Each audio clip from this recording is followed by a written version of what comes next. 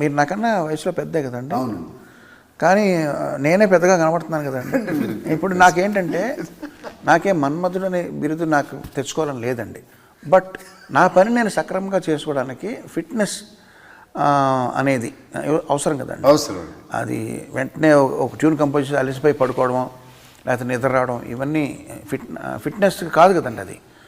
So only in the interest of health and fitness మనం ఇంకొంచెం longevity కానండి లేకపోతే సక్రమంగా బ్రెయిన్ బాడీ పనిచేయడానికి మీరు ఆల్రెడీ ఆ ఫిట్నెస్ సాధించిన వ్యక్తిగా మీరు ఏం చెప్తారండి? మీరు అంటే ఇక్కడ సైకిల్ కనబడుతుంది, సైకిల్ తొక్కమంటారా రోజు? యాక్చువల్గా మీరు తొక్కట్లో మీరు కూర్చున్నారండి. కూర్చున్నాను, బట్ అది కాదండి. సైకిల్ తొక్కి అది చేసేది ఇది కాదండి. వాట్ ఎవర్ నేను తెలుసుకుంది. మీరు ఈవినింగ్స్ నైట్ డిన్నర్ తినరండి నాకు తెలిసి? లేదు, తింటానండి. తింటారండి? I have dinner. Only thing early dinner by 7 o'clock. Rice తింటారండి? రైస్ తింటానండి, సాలడ్స్ తింటాను, రైస్ తింటాను, చికెన్ తింటాను, ఫిష్ తింటా, అన్నీ ఉంటాయండి. సినిమాలో అయితే చేపల పులుసు తిన్నారండి. మీరు తింటుంటే నాకు నోరు ఊరిందండి. అది నిజంగా బాగుందండి. అక్కడే ఫ్రెష్గా పట్టి తీసుకొచ్చారు. మన యూనిట్ వాళ్ళు ఉండారు. యూనిట్ వాళ్ళు ఉండారు, ఫ్రెష్గా ఉంది. కమింగ్ బ్యాక్ టు ఈ పాయింట్, రెండో మూడో టిప్స్ చెప్పమంటే ఏం చెప్తారు? టిప్స్ ఏం లేదు, వే ఆఫ్ లైఫ్.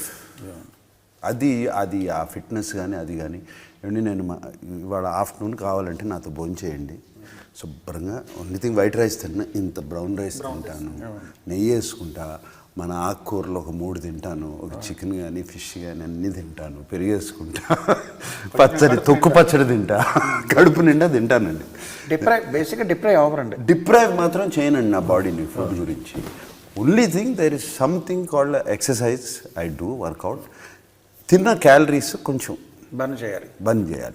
బంద్ చేయాలంటే మార్నింగ్ వర్కౌట్స్ చేసేస్తానండి, మెటబాలిజం హైకి వెళ్ళిపోతుంది. అది రోజంతా ఉంటుంది. మెటబాలిజం హైలో ఉందంటే బర్న్ చేస్తూనే ఉంటుందండి ఇలా కూర్చున్నప్పుడు కూడా. దిస్ ఆల్మోస్ట్ 35 years నుంచి జరుగుతుందండి. సో దాని మూలంగానండి, ఇంక వేరేది ఏమీ లేదు. రోజు ఒక 2 రౌండ్లు వేసుకుంటా. రోజు నేను సమ్ స్వీట్ లేకుండా పడుకోలేను, నిద్ర పడదు. నైట్ స్వీట్ తింటారండి? నైట్ తింటానండి స్వీట్, పడుకోలేనండి. మీ ఆహార అలవాట్లు ఏంటండి? మీరు డిక్షనరీ ఉందండి మీ దగ్గర? చాలా ఉంటాయి. ఒకటేంటి ఊళ్ళో ఉన్న డిక్షనరీలు మీ ఇంట్లోనే ఉంటాయి.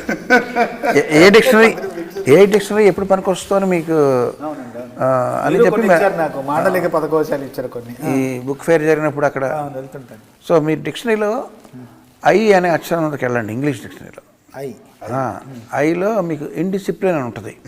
దానికి మీనింగ్ కీరవాణి అని రాస్తుంది. ఇన్ ఫుడ్ కదండి? ఫుడ్ అవునండి. ఇండిసిప్లిన్కి మీనింగ్. నేను మన అకాడమీ ఈవెంట్కి వెళ్ళినప్పుడు మేము అందరం ముందు రోజు ఒక పార్టీ ఇచ్చారు అందరూ, మన పిఆర్ టీమ్కి. కీరవణ్ గారు, నేను అందరం రాజమౌళి అందరం పార్టీలో ఉన్నాము. అప్పుడు కీరవణ్ గారు ఒక బ్రెడ్ ముక్క సగం కంటే ఎక్కువ తినబోతుంటే వాళ్ళందరూ వచ్చి వారించారు. బ్రెడ్ తినేవాళ్ళ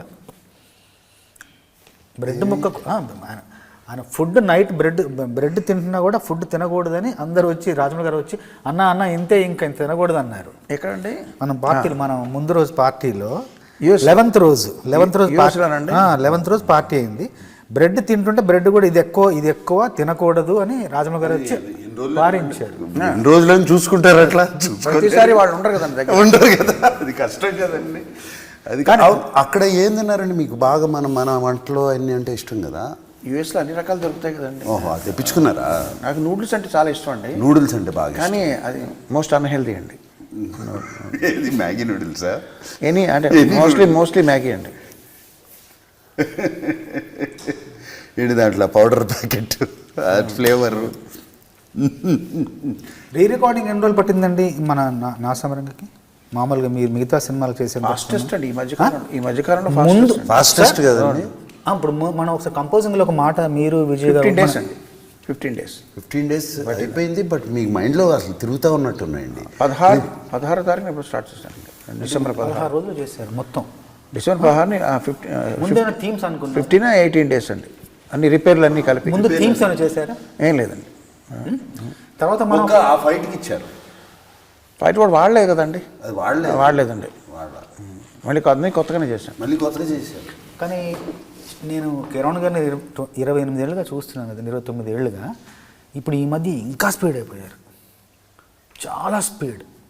కంపోజ్ చేయడం కానీ, రికార్డ్ చేయడం కానీ, రికార్డింగ్ చూసారా 15-16 రోజులు అంటున్నారు. ఏం లేదండి, ఆయన బాడీని పదుల్లో పెట్టుకోకపోయినా మైండ్ మాత్రం పదుల్లో పెట్టుకున్నారు, అది రన్ అవుతుంది. అర్థమైందండి. మేము చిన్న చిన్న కరెక్షన్స్ అట్లా అయిపోతుంది. మేము ఆలోచించేలోపు పని అయిపోతుంది అక్కడ, అంత వేగం. Is understanding it right away. నాకు ఒక క్వశ్చన్ ఉంది బోస్ గారు. కూడా నాగార్జున గారు యాజ్ ఎ ప్రొడ్యూసర్గా కూడా ఆయన బాగా ఇది కదండి, ఎక్స్పీరియన్స్డ్ కదండి. సో ప్రొడ్యూసర్ నాగార్జున గారు ఎదురుకుండా మిమ్మల్ని క్వశ్చన్ అడుగుతాను. మామూలుగా ఒక రైటర్గా 2 అడ్వాంటేజ్లు చెప్తానండి మీకు. సింగిల్ కార్డ్ అనేది ఒక ఫ్యాసినేషన్ ఉంది రైటర్స్కి, అందరికీ ఉంటుంది కదండి. ఉంటుందంట మొత్తం పేరు. సో సింగిల్ కార్డ్లో ఉండే అడ్వాంటేజ్ ఏంటంటే, నాసామిరంగ సినిమా తీసుకోండి. నాసామిరంగ సినిమాలో పాటలన్నీ నేనే రాశాను, అది పొద్దున్న సూపర్ హిట్ అయితే చూసారా నేనే రాశాను గర్వంగా మీసం మెలేసి చెప్పుకోవచ్చు, మొత్తాన్ని నేనే అని ప్రాజెక్ట్ని ఓన్ చేసుకోవచ్చు. అది అడ్వాంటేజ్ అండి. అలా కాకుండా నేను 2 రాశాను అనుకోండి. సపోజ్ నాసామిరంగాలో 6 పాటలు ఉంటే 6 రైటర్లు రాశారనుకోండి. రామజోగ శాస్త్రి గారు ఒకటి, మీరు ఒకటి, నేను ఒకటి, శ్రీమన్ ఒకటి, ఇలాగ ఊళ్ళో ఎవరు ఉన్నారో 6 రాశారు. రాసినప్పుడు వీళ్ళందరికీ నా పాట షైన్ అవ్వాలి, కానీ ఒక కాంపిటేటివ్ స్పిరిట్ ఉంటుంది. ఆ కాంపిటేటివ్ స్పిరిట్ని మీరు అది కూడా ఎంజాయ్ చేయొచ్చు యాజ్ అ రైటర్. ఎవరన్నా చూసారు నాది బాగా వచ్చింది, నేను ఇంకా వాళ్ళకన్నా నేను బాగా నిరూపించాలి అనేది ఉంటుంది. అదొక కండిషన్. ఆ కండిషన్ మీరు ఎంజాయ్ చేయొచ్చు. ఈ రెండిట్లో మీరు ఏది బెటర్ అనుకుంటారు? అందులో ఒక అడ్వాంటేజ్, ఇందులో ఒక అడ్వాంటేజ్ ఉంది. సింగిల్ కార్డ్లో ఎక్కువ సంతోషం కలుగుతుంది. సింగిల్ కార్డ్ ఎక్కువ మొత్తం నేనే పాటల సినిమాని అర్థం చేసుకునే విధానం, సినిమాని చూసే విధానం, పాటలు రాసే విధానం, గ్రేడేషన్ కావచ్చు. ఒక పాట ఇలా ఉంది, ఇంకో పాట ఇలా ఉంటే బాగుంటుందని, అలా ఒక సినిమా అంతా నాదే అన్న ఒక భావన, సినిమా విజయంలో రెండో ఫీలింగ్ మీకు ఇష్టం లేదు? రెండో ఫీలింగ్ కూడా తప్పదు. ఎందుకంటే అలా కూడా మీసం వెళ్ళే సందర్భాలు చాలా ఉన్నాయి. నా పాట హిట్ అయిన సందర్భాలు ఉన్నాయి, సంతోషపడిన సందర్భాలు ఉన్నాయి. అది కూడా మనకు ఒక రకంగా ఉపకరించిన, అది కూడా మీకు ఉత్తేజాన్ని ఇస్తుంది. కానీ మొత్తం పాటలు రాస్తే ఇది నాది, నా భావన, నా చిత్రం, నాది, నేను ఆ మూల స్తంభంలో నేను ఒక్కడే ఉన్నాను. స్టూడెంట్ నెంబర్ 1కి మీరు ఎలా రాసినట్టున్నారు? మొత్తం పాటలు స్టూడెంట్ నెంబర్ మొత్తం పాటలు మనకి చాలా ఉన్నాయి కదా. చాలా కిరణ్ గారి కలయికలో చాలా పాటలు, ఇద్దరం చాలా మంచి పాటలు. ఆ ప్రయాణం ఎప్పుడు కూడా మధురమైనది. మీకు కూడా ప్రొడ్యూసర్ నాగార్జున గారు ఎందుకన్నానంటే, నెక్స్ట్ టైం ఆయన అది గుర్తుపెట్టుకుంటావు సింగిల్ కార్డ్ అని, మొత్తం 6 మీరే రాయారండి, కొంచెం తగ్గించండి అంతే కదండి. ప్రీ రిలీజ్ ఈవెంట్లో మీరు చేసిన మంచి పని ఏంటంటే, మ్యూజిక్ డైరెక్టర్ని పక్కన పెట్టండి, ఏ దేశపు చూసినా ఏముంది గర్వకారణం అన్నట్టు, ఏ ప్రీ రిలీజ్ ఈవెంట్లో అయినా, ఆడియో ఫంక్షన్ అయినా రైటర్కి అంత గౌరవం ఇవ్వరండి. ఎప్పుడో గుర్తొస్తే పిలుస్తారు ఈ పాట. కానీ సినిమా హిట్కి పాటలు చాలా, సినిమాకి బజ్ రావడానికి పాటలు ఎంత ఇంపార్టెంటో, అందులో ఆ పాటలో లిరిసిస్ట్ ఎంత ఇంపార్టెన్స్ ఉందో అది ఇట్స్ నాట్ డ్యూలీ రెస్పెక్టెడ్ అండి. బట్ నేను దానికి భిన్నంగా మీరు చంద్రబోస్ గారిని గౌరవించిన విధానం చాలా బాగుంది. మీరు పైకి వెళ్ళి, మీరు ఇంత పెద్ద హీరో, ఇంత పెద్ద సీనియర్ హీరో, మీరు పైకి వెళ్ళి కిరణ్ గారిని నన్ను కీరవాణి గారు అంటే ఆయన ప్రధాన సినిమాకి, ప్రతి సినిమాకి నేను ఒక రచయితనైనా మీరు పైకి స్వాగతించిన విధానం, ఆహ్వానించిన విధానం, అదే ఒక పెద్ద గౌరవం అనిపించింది అండి. అది ముందు చెప్పాను కూడా అక్కడే. అట్లాగే కిరణ్ గారు ఒక ఏవీలో ఇద్దరిది సమాన స్థాయిలో పెట్టి ఆయన పక్కన కూర్చోబెట్టుకొని ఆ సమాన గౌరవాన్ని ఆ స్థాయిలో నన్ను కూడా చూడటం అన్నది, అది నిజంగా నాకు అది ఒక చాలా ఇంపార్టెంట్ అండి. దీనికి నేను ఇది కూడా చేయొచ్చు. ఇప్పుడు మనకి తెలుగు ఇండస్ట్రీలో రైటర్స్ లేరు అని బాగా ఉంది కదండి. అంటే I'm not talking about song writers, script writers కూడా తక్కువ అని. దిస్ ఈస్ ద రీజన్ అండి. వాళ్ళని గౌరవించరు. స్క్రిప్ట్ రైటర్ ఎవరో తెలీదు, డైరెక్టర్ అన్నీ కొట్టేస్తాడు కంప్లీట్గా, మాటలు రావు. బట్ సేమ్ థింగ్ చూడండి మీరు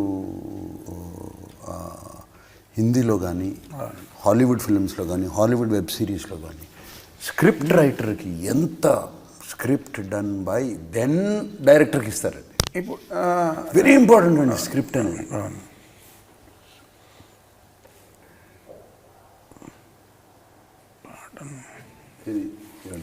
నేనేదో చెప్తాను మీరు మీరు అన్నారు